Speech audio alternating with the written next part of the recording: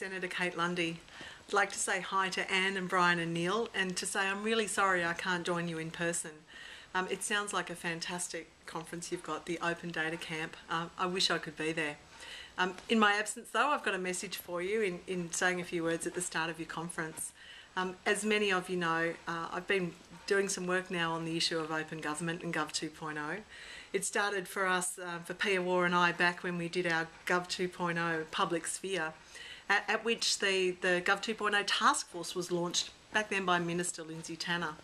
Since then, the Australian government's come a long way.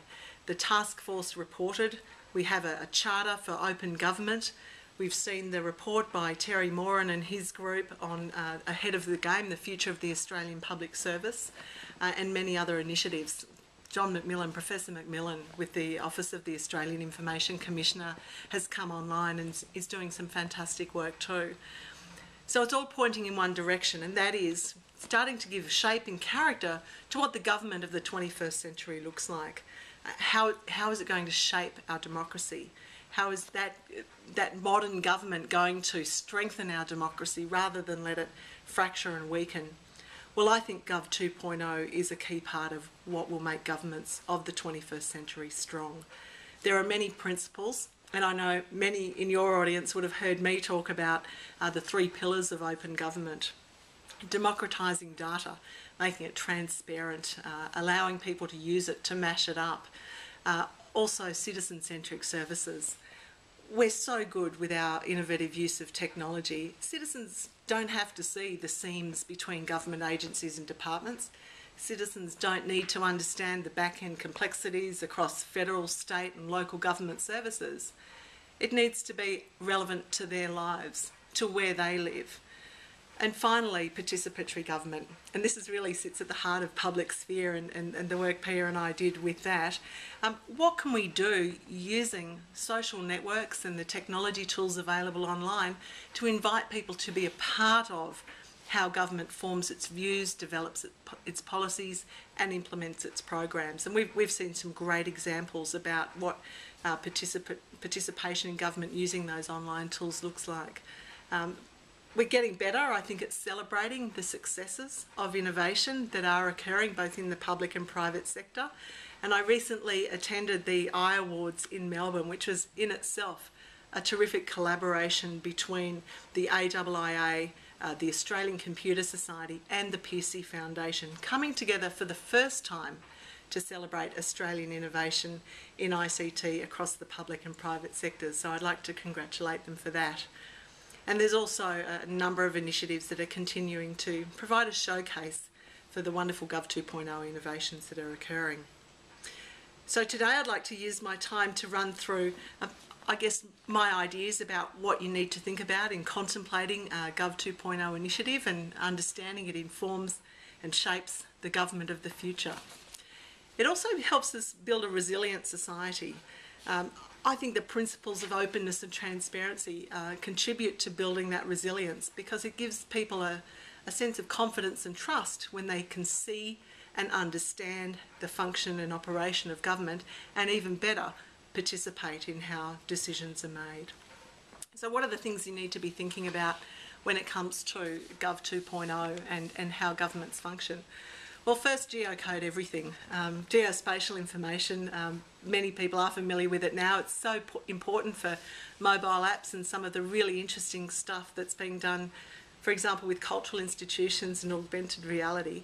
But it's a bit of a basic. Geocode everything, and that way that data can be used, mashed up into all sorts of ways that wouldn't be possible if that information wasn't contained in those files. Open standards, of course. Why would you do anything else? And in fact, it's a bit of an insurance policy for governments of the future, not to be left with some sort of hefty proprietary dividend that they have to pay out just to be able to access information that's been pulled together in the past. So it's a very important principle. Security and privacy, I'll say a little bit more about that, but we need to be thoughtful right at the start about what the security implications are for any initiative, and indeed what the privacy implications are. Interoperability and open APIs. a technical point, but absolutely critical if we're going to encourage collaboration, allow mashups to occur, and I think encourage an environment of interoperability across government, particularly across different government agencies, across different spheres of government. Sharing and collaboration. This to me is a really vibrant area. It's so exciting. We like to think we're innovative. We like to think that we work together well, but collaborating across, well, through different companies, through the public and private sector is not something I think we do particularly well as a nation, and I think we can do a lot better. Collaboration does mean sharing, it does mean interoperability, but most of all it means starting to use some of the really clever networking and joining up of the dots that occurs across government to allow new solutions to be found. I've been elected now for over 15 years, and I've done a lot of work in a range of different portfolios. And even that insight in both opposition and now government, in having exposure to so many different portfolios, I can start to see opportunities for collaboration across portfolio just because of my particular experience. So imagine how many people out there in professional services, again across the public and private sector, who've got a unique experience, so have an insight into where there's potential for collaboration where it otherwise wouldn't occur. We've got a job to do to make sure we have a culture in our public and private sectors that those doors are open, that people have the means and permission, if you like, and encouragement from the leadership to take a collaborative approach to finding those new solutions. And finally, making sure the data is discoverable and searchable. With all of the mashups going on and people innovating with more and more information as it's placed in the public domain, I think it's fantastic to see the way in which people can just go and find new data sets and pull them together. And I acknowledge the great work with data.gov.au and agencies at all levels, departments at all levels from all spheres who are putting data in the public domain and allowing citizens to find creative new uses for it, usually providing a fantastic new service to a group of, a community or a group of people who need that information. So, where to from here? Well, I think there are some particular challenges. Some of the risks associated with where we go next are pretty important and profound ones. There's of course the implications of security. We all need as citizens a confidence that what the government's doing with information is safe and secure, that our privacy will be protected. And these two become fundamentals in how we do things well and the confidence we build with citizens in how we do it. The privacy issues are even, I think, get people thinking even more carefully about it, particularly when you're talking about government services that do need to reflect on our private circumstances in order to be effective. What's the best way for me as a citizen to know that my data is protected, and what's the best way for the government to protect my personal information? It's very precious. Once it's out there, you can never pull it back. Human resources, often forgotten in the conversation. It's one thing to wax lyrical about the potential. It's another to make sure that our workforce of the future has the skills, confidence and capacity to do these kinds of jobs. We can take small steps, and we ought to be as ahead of the game. The blueprint for the future of the Australian Public Service foresaw. It is about cultural and attitudinal change within the public sector. That means strong leadership, but practical encouragement at middle management level, allowing innovation to occur, celebrating it when it does occur, and I think in some cases even allowing a little bit more risk to be taken in order to take a step towards an innovative solution.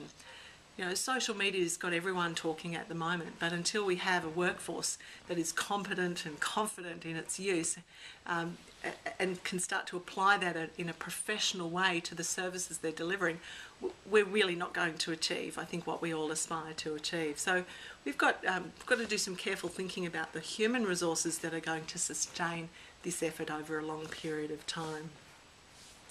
I'd also like to mention the concept of responding to unexpected events, natural disasters, emergencies, We do live in an uncertain society, and responsible governments need to be prepared.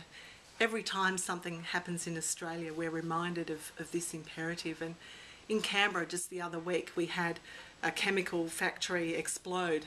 It wasn't far from my home. And the use of social media and the way the community responded was a terrific reminder of how important all of these new communication tools are, and what pressure and responsibility falls to government to respond. And I'd like to again shout out to the Queensland Police for their efforts in the flood. Every time something happens, every time there's a new response, progress is made, and we need to celebrate it and acknowledge it when good work is done. Finally, I'd like to say that one of the things I'm proudest of this government is we are making a substantial investment in a national broadband network that will close the digital divide. So let me close on this note. All of the things I've talked about now can be made possible in a universal way to all citizens of Australia because of the NBN. It underpins everything we're doing. It gives us permission as a government to invest in online service delivery in Gov 2.0 in a way that other countries can't do with the level of imprimatur we can, because we're close.